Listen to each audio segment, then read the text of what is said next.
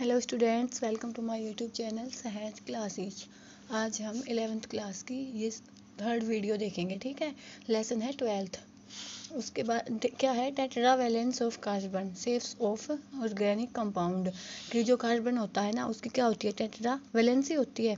ये तो हम सबको ही पता होता है कि जो कार्बन होता है वो या तो चार्ज ले ले या तो चार्ज दे दे, तो ऐसी उसकी एबिलिटी होती है। लेकिन है ना तो इतना इजी है कि चार्ज इलेक्ट्रॉन इजीली दिए जाएं, ना तो इतना इजी है कि चार्ज इलेक्ट्रॉन इजीली लिए जाएं। तो वो कार्बन के केस में क्या होता है कि वो कैसे बॉन्ड बनाता है, शेयरिंग ऑफ इलेक्ट्रॉन से।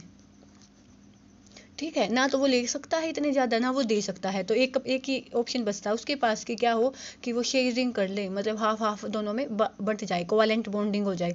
तो इसके केस में क्या होती है, कोवालेंट बॉन्डिंग होती है। ठीक है, इसी वजह से ना जो मोस्ट ऑफ ऑर्गेनिक कंपाउंड होते हैं वो भी किसके बने होते हैं, कार्बन के बने होते हैं। उनमें क्या होता है, जो कार्बन होता है वो क्या होता है, एक एसेंशियल एलिमेंट होता है। ठीक है, उसके बाद चलते हैं कि जो इसकी शेप्स है वो कैसी कैसी हो सकती है। सबसे पहले देखते हैं कि शेप्स ऑफ मीथेन की, जो मीथेन है उसकी शेप कैसी होगी।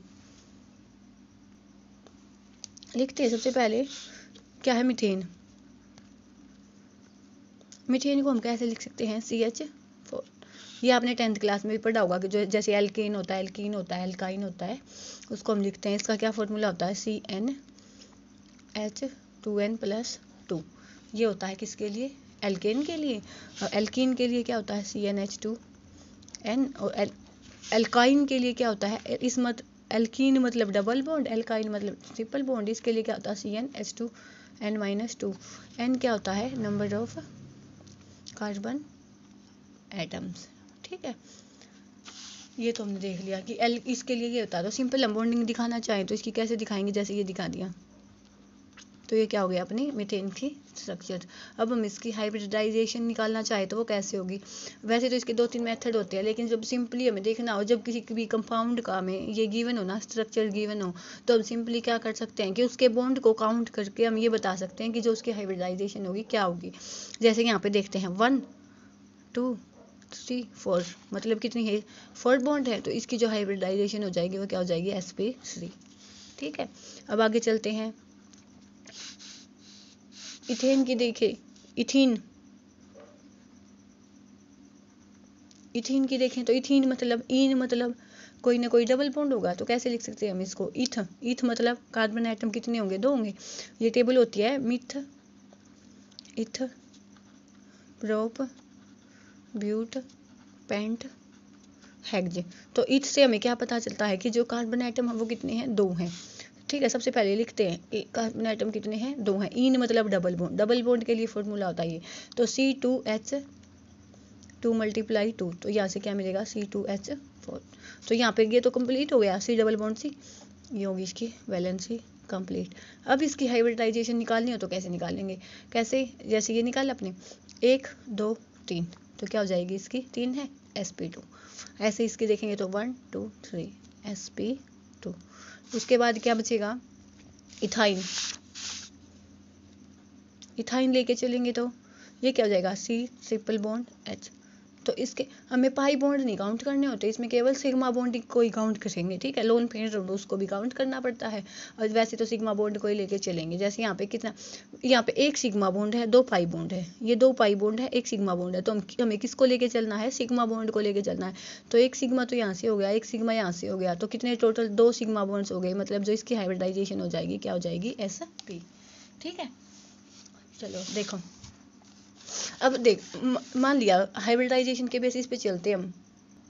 ठीक है, कितने टाइप की होगी, मान लिया पहले sp है, sp2 है, sp3 है। ठीक है, अब हम इसमें ये देखना चाहें कि जो परसेंटेज है वो s कैरेक्टर की कितनी है।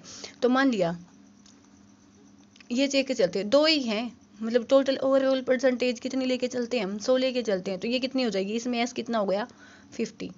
इसमें 3 से डिवाइड होगा तो कितना हो गया, 33। इसमें 4 है टोटल, 3 + 1 4 हो गए, तो 100 डिवाइड बाई 4 हो जाएगा तो कितना होगा, 25। तो इसमें कितनी हो गई, 25। अब देखो हमें क्या पता होता है कि जो ये अपना न्यूक्लियस है किसी भी एटम का, तो पहले S सब सेल होती है, उसके बाद P D। तो जो S सब सेल होती है ना, वो न्यूक्लियस के सबसे नज़दीक होती है। नज़दीक होने का मतलब क्या, कि जहाँ वो फोर्स ऑफ अट्रैक्शन होगा वो भी क्या होगा, ज़्यादा होगा। फोर्स ऑफ अट्रैक्शन ज़्यादा होया तो वो जो अपना बॉन्ड बनेगा वो क्या होगा, स्ट्रॉन्ग होगा, और जो उसकी लेंथ होगी वो छोटी होगी। ऑटोमेटिक सी बात है कि जितना उसके क्लोज जाएगा, जितना ज़्यादा उनके बीच में अट्रैक्शन होगा वो उतनी इसके पास जाएगा तो जो वो बॉन्ड लेंथ है वो बिल्कुल छोटी हो जाएगी, छोटी है तो वो क्या हो जाएगी, स्ट्रॉन्ग हो जाएगी। ठीक है, तो क्या बनेगा, स्ट्रॉन्ग बॉन्ड, और जो उसकी बॉन्ड लेंथ होगी वो क्या हो जाएगी, छोटी हो जाएगी। ठीक है, इसके लिए हम लेके चलें तो क्या बोलते हैं, और जो एस करेक्टर होता है ना वो भी क्या, इलेक्ट्रोनेगेटिविटी। इलेक्ट्रोनेगेटिविटी क्या मतलब होता है, to attract the shared pair of electrons, electronegativity. इसके भी डायरेक्टली प्रोपोर्शन होता है। और कंक्लूजन क्या हुआ कि क्या है कि जितना ज़्यादा फोर्स ऑफ अट्रैक्शन होगा उतना ही ज़्यादा क्या होगा, एस करेक्टर होगा। एस करेक्टर जितना ज़्यादा होगा उतना ही ज़्यादा फोर्स ऑफ अट्रैक्शन होगा, तो उतना ही क्लोज वो न्यूक्लियस के होगा, तो उतना ही क्या होगा, स्ट्रॉन्ग बॉन्ड होगा। उतनी ही जो बॉन्ड लेंथ होगी वो क्या होगी, स्मॉल होगी। ठीक है, ये कंक्लूजन हो गया अपने से। तो देखो क्या आ जाएगा, जो सब शेल है वो न्यूक्लियस के बिल्कुल क्लोज होती है, तो जितना ज़्यादा एस करेक्टर होगा न्यूक्लियस के क्लोज होगा तो जो बॉन्ड होगा वो भी बहुत ज़्यादा स्ट्रॉन्ग होगा, और जो उसकी लेंथ हो जाएगी बॉन्ड की वो छोटी हो जाएगी क्योंकि अट्रैक्शन वहाँ पे बहुत ज़्यादा होगा। ठीक है, तो ये हम देख सकते हैं। अब क्या चलते हैं कि जो पाई बॉन्ड है ना वो कैसे बनते हैं, कि जो पाई बॉन्ड की ओरिएंटेशन होती है वो कैसे होती है। ठीक है, देखो एक सिंपल बॉन्ड बनाते हैं हम, मान लिया हमने ये लिखा है, इथीन लिख दिया हम लिखना में, सिंपल हमने ये एक सिंपल बॉन्ड दिखाते हैं तो ये ऐसे दिखा दिया। ठीक है, लेकिन जब हम पाई बॉन्ड बनाएंगे ना तो क्या होगा कि जो पी ऑर्बिटल होंगे वो आपस में तो क्या होंगे, पैरेलल होंगे, एक दूसरे के तो वो पैरेलल होंगे, लेकिन जो ये मॉलिक्यूल है ना इसके क्या होंगे, परपेंडिकुलर होंगे। कैसे, मान लिया ये अपना जो मॉलिक्यूल है तो ये ऐसे होंगे टॉप साइड, तो ये क्या हो गया, अप साइड हो गया, मतलब इसके जो 90 का एंगल है इन दोनों के बीच, तो ये अपना मॉलिक्यूल है तो इसके तो ये परपेंडिकुलर हो गए।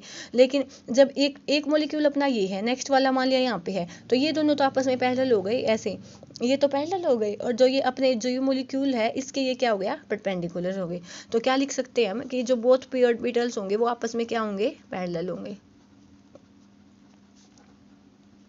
ठीक है, और परपेंडिकुलर होंगे किसके, मॉलिक्यूल के। सिंपल सी बात है, ऐसे देखेंगे हम, ये अपना मॉलिक्यूल ले लिया तो ये ऐसे लिखा तो यहाँ पे 90 का एंगल है तो ये इस मॉलिक्यूल के तो परपेंडिकुलर हो गए। मान लिया एक पी ऑर्बिटल यहाँ पे एक यहाँ पे, तो ये आपस में क्या हो गए, पैरेलल हो गए। ठीक है, अब चलते आगे। तो क्या होगा कि जो भी पी ऑर्बिटल्स होंगे वे पैरेलल होंगे ईच अदर आपस में, और परपेंडिकुलर होंगे मॉलिक्यूल के।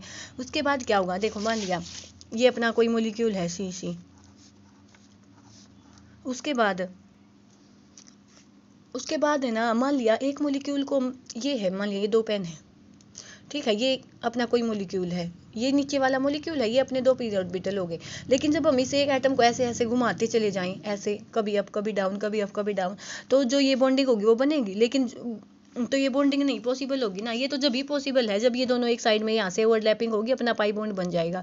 लेकिन एक केस में हम इसको ऐसे फ्रीली रोटेशन दे दें तो क्या ये बॉन्डिंग पॉसिबल होगी, तो क्या होगा कि जब ये पाई बॉन्ड बनेगा ना तो वहाँ पे क्या होगा, रेस्ट्रिक्टेड मोशन, कि वहाँ पे कोई मोशन नहीं होनी चाहिए, रोटेशन नहीं होनी चाहिए, जो बॉन्ड हो ना वो फिक्स होना चाहिए। ठीक है, तो यहाँ से क्या हो जाएगा कि जो रोटेशन होगी नहीं 1s2 फ्रेगमेंट की, वो क्या होगा, interferes with the overlapping of P orbital, तो पी ऑर्बिटल की ओवरलैपिंग अच्छे से नहीं होने देगी। तो जो रोटेशन लेके चलनी है ना हमें कार्बन कार्बन डबल बॉन्ड की, वो क्या लेके चलनी है, रेस्ट्रिक्टेड लेके चलनी है, मतलब उसमें कोई रोटेशन नहीं होनी चाहिए। ठीक है, अब चलते हैं जो एनसीईआरटी बुक है ना आपकी, उसकी जो 12.1, 12.2 और 12.3 क्वेश्चन हैं उनकी साइड।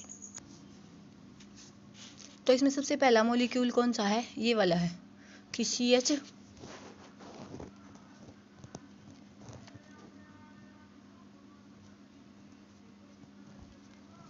और इसमें हमें ये बताना है कि जो, ठीक है तो लेके चलते, देखो इसको पहले है ना हमें कंप्लीटली खोल के लिखना है, ऐसे ये लिख लिया।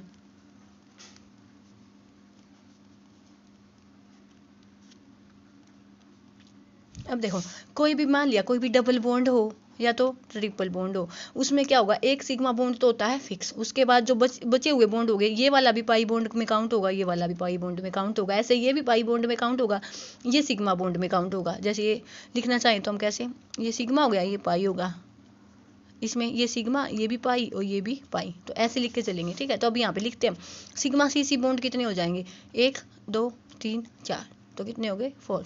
ऐसे ही सिग्मा CH बॉन्ड कितने हो जाएंगे, सिग्मा सी एच बॉन्ड 1 2 3 4 5 6। ऐसे ही sigma C pi bond count होंगे, पाई बॉन्ड काउंट होंगे, पाई सी डबल बॉन्ड सी में कितने पाई बॉन्ड है, एक है।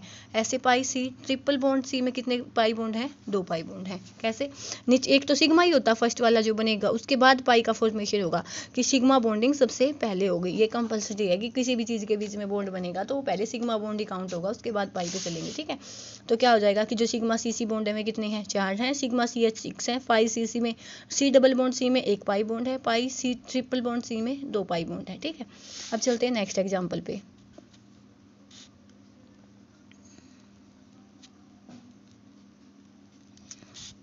यहाँ पे कैसे लिख सकते हैं हम, एच एच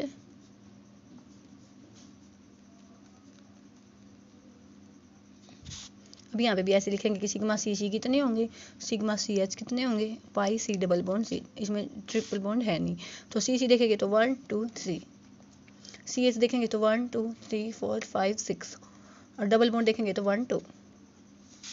ठीक है, तो क्या हो जाएगा, सी सी बॉन्ड देखेंगे तो 3, सी एच बॉन्ड देखेंगे तो 6 और डबल बॉन्ड देखेंगे तो 2।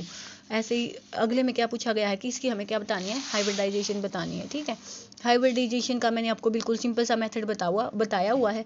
एक इसके अलावा इसका एक मेथड और है, इसका एक फॉर्मूला है। कैसा है, 1/2 प्लस में, जिसको हम क्या बोलते हैं, स्टीरिक नंबर। पहले 1/2 लेके चलेंगे, उसके बाद जो अपनी सेंट्रल एटम है उसके आउटर मोस्ट में जितने इलेक्ट्रॉन होंगे, उसके बाद प्लस में मोनोवेलेंट एटम। मोनोवेलेंट मतलब जिसकी वैलेंसी एक हो, या तो उसे एक लेना हो या उसे एक देना हो। प्लस में ये किसके लिए काउंट होगा, जब सिंपल मॉलिक्यूल के लिए देखेंगे हम। ठीक है, कोई हमें सिंपल मॉलिक्यूल दिया हुआ है उसकी हमें हाइब्रिडाइजेशन पूछिए तो प्लस में उस पर पॉजिटिव चार्ज है तो वो नेगेटिव हो जाएगा, और जो नेगेटिव चार्ज है तो वो प्लस में जुड़ जाएगा। ठीक है, माइनस में पॉजिटिव चार्ज, ऐसे। ठीक है, ठीक है, एक तो ये है, एक सिंपल हम क्या लिखेंगे, उसकी स्ट्रक्चर बना लेंगे, उसमें जितने भी सिग्मा बॉन्ड है उसको काउंट करके और उनको जोड़ के उसकी लिख सकते हैं हाइब्रिडाइजेशन। ठीक है, इस मेथड से दिखा देती हूँ मैं आपको एक, उसके बाद उस मेथड से। मान लिया हमने जो ये फर्स्ट मॉलिक्यूल लिया है ये है अपना, इसकी हाइब्रिडाइजेशन हमें बतानी है। तो 1/2 सेंट्रल एटम को कितने लेके चलेंगे हम, कार्बन है कितने होते हैं इसमें आउटर मोस्ट में 4, तो 4 प्लस में क्या लेना, मोनोवेलेंट एटम मतलब जिसकी वैलेंसी एक हो, इसकी भी वैलेंसी एक होती है, इसकी भी एक होती है, तो इसकी कितने हो गए 4, तो यहाँ से कितना होगा 8/2 मतलब 4, तो इसकी हाइब्रिडाइजेशन कितनी हो जाएगी, sp3। एक केस तो हम ये ऐसे चले, एक केस कैसे है, यहाँ पे हम ऐसे चले, यहाँ पे क्या होगा 1 2 3 4, तो कितने हो गए 4, तो इसकी जो हाइब्रिडाइजेशन होगी वो कितनी होगी sp3। ठीक है, उसके बाद इसके नेक्स्ट एग्जाम्पल पे चलते हैं। नेक्स्ट एग्जाम्पल है इसका CH3 CH double bond CH CN, जितनी भी कार्बन एटम है सबकी वैलेंसी बतानी है हमें। ठीक है, सबसे पहले इसको खोल के लिख लेते हैं। सबसे फर्स्ट काम ही यही है कि हमें इसको कम्प्लीटली खोल के लिखना। ठीक है, डबल बॉन्ड N, तो सबसे पहले इसके लेके चलेंगे तो 1 2 sp, इसके लेके चलेंगे तो 1 2 3 sp2, इसके लेके चलेंगे तो 1 2 3 sp2, इसके लेके चलेंगे तो 1 2 3 4 sp3, तो इसकी क्या हो जाएगी, जो अपना सी एग्जाम्पल है इसकी sp3 sp2 sp। ठीक है, ऐसे ही जब ये वाला एग्जाम्पल लेंगे, इसमें जो मिसिंग है, इसमें एक सी मिसिंग है, जब ये बनाया गया है ना तो लिखते टाइम इसमें एक सी मिसिंग हो गया है। वैसे देखें तो इसकी क्या हो जाएगी 1 2 3 4 sp3, इसकी 1 2 sp। ऐसे इसमें जब इसको बनाएंगे हम इसको CH3 की ट्वाइस C डबल बॉन्ड हो, C डबल बॉन्ड हो CH3 की ट्वाइस, तो इसको देखेंगे तो इसको तो क्या हो जाएगा, इसको ऐसे लिख सकते हैं हम H H H C double bond हो, ऐसे C H H H, तो इसकी तो क्या हो जाएगी sp3, इसकी भी sp3, इसकी 1 2 3 sp2। ऐसे इसकी देखेंगे तो जब 1 2 3 तो कितनी हो जाएगी sp2।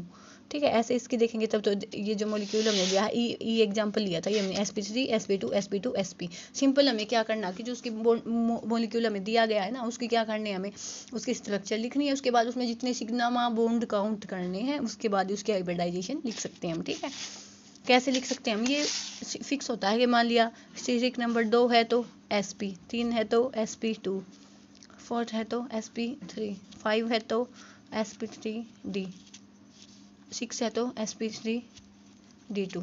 ठीक है, ऐसे होती है हाइब्रिडाइजेशन। इसके साथ इनकी शेप भी होती है।